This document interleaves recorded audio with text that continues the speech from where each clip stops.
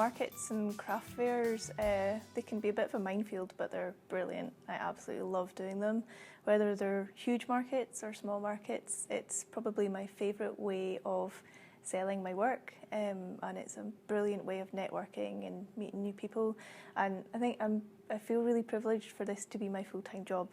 An artist, and it's my full-time job. It's not my hobby. I get to do it all the time, so it's a good way of communicating the stories behind my work.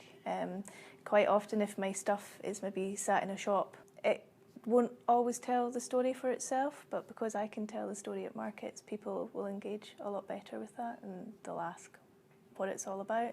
And I tend to find that they'll stay for a bit longer and we'll story tell and chat. It's great for networking. I try to gauge markets that suit my work. At the start, I did everything and anything because I didn't really know what was going to suit best. But I found that it's a really good plan for me to kind of whittle things down. So I tend to go for markets that are fairly established, but ones that suit my work. So people with more of a vintage edge to their work, vintage fairs might suit them better. I tend to stick to ones that are also really well organised. I do a bit of rumpling about first before I attend. If it's brand new, I'll look at their social media.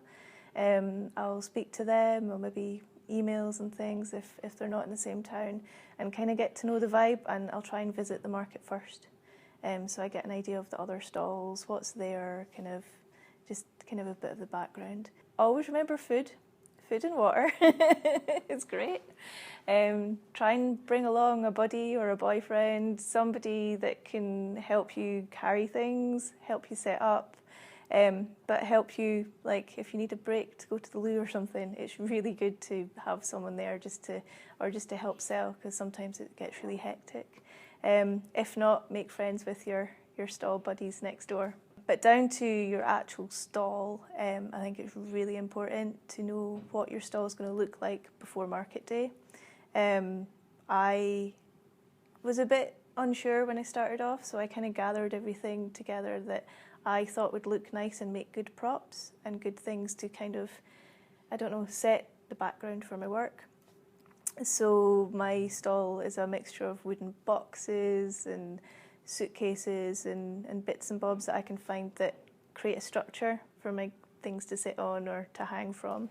I made really good use of my kitchen table and set it all up beforehand, set everything out, and then made sure I had maybe extras as well. So for like my stationery, I always have like an extra box of doubles of my notebooks and things. So make sure you've got extras, make sure you've got a float, like cash and bags. Make sure that everything's labelled, because people seem to get really, really put off if they can't see what price something is. They don't always ask. They might be a bit shy to ask, think it might naturally be too expensive, and you might lose a sale.